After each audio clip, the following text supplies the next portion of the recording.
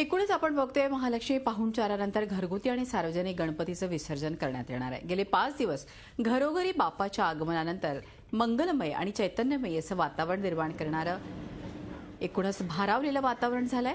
आज बाप्पाला निरोप देताना अनेकांना भावना आवरणं कठीण होत आहे। मात्र लाडक्या बाप्पाकडून पुढच्या वर्षी लवकर येण्याचं आश्वासन घेऊनच निरोप देण्यात येणार आहे। विसर्जन सोहळ्यासाठी सर्व चौपाट्यांवर विशेष व्यवस्था करण्यात आलेली आहे। तसंच कृत्रिम तलावांचीही सोय करण्यात आली आहे। कोणताही अनुचित प्रकार घडू नये आणि विसर्जन सोहळा निर्विघ्न पार पडावा यासाठी पोलीसही डोळ्यात तेल घालून पहारा देत आहेत। याचाच आढावा घेतला आमचे प्रतिनिधी देवेंद्र कोल्हटकर यांनी।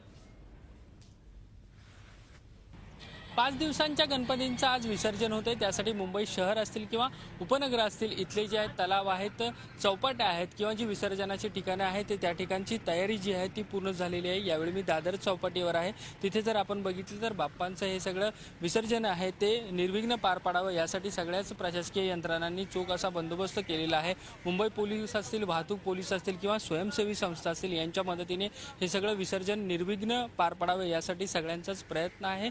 शिवाय या ठिकाणी जे आहे वेगवेगळे सूचना फलक देखील लावण्यात आलेले आहेत, जेणेकरून गणेश भक्त जे आहेत त्यांना कुठल्याही प्रकारची अडचण येऊ नये। कारण हजारोंच्या संख्येत जे आहे घरगुती गणपतींचं जे आहे आजच्या दिवशी विसर्जन होतं। त्याचबरोबर अनेक सार्वजनिक मंडळांच्या मूर्ती ज्या आहेत त्यांचं देखील आजच्या दिवशी जे आहे विसर्जन केले जातात। त्यामुळे सगळ्याच यंत्रणांनी चोख अशी व्यवस्था केलेली आहे। त्याचबरोबर मुंबई पोलिसांनी देखील गणेश भक्तांना एक आवाहन केलेलं आहे की वाहनांचा कमीत कमी वापर करा, शिवाय चौपाटीवर जास्त गर्दी करू नका, अगदी लहान मुलांना देखील चौपाटीवर आणू नका आणि पोलिसांना सहकार्य करा, अशा पद्धतीचं आवाहन सगळ्याच संबंधित यंत्रणांनी गणेश भक्तांना केलंय।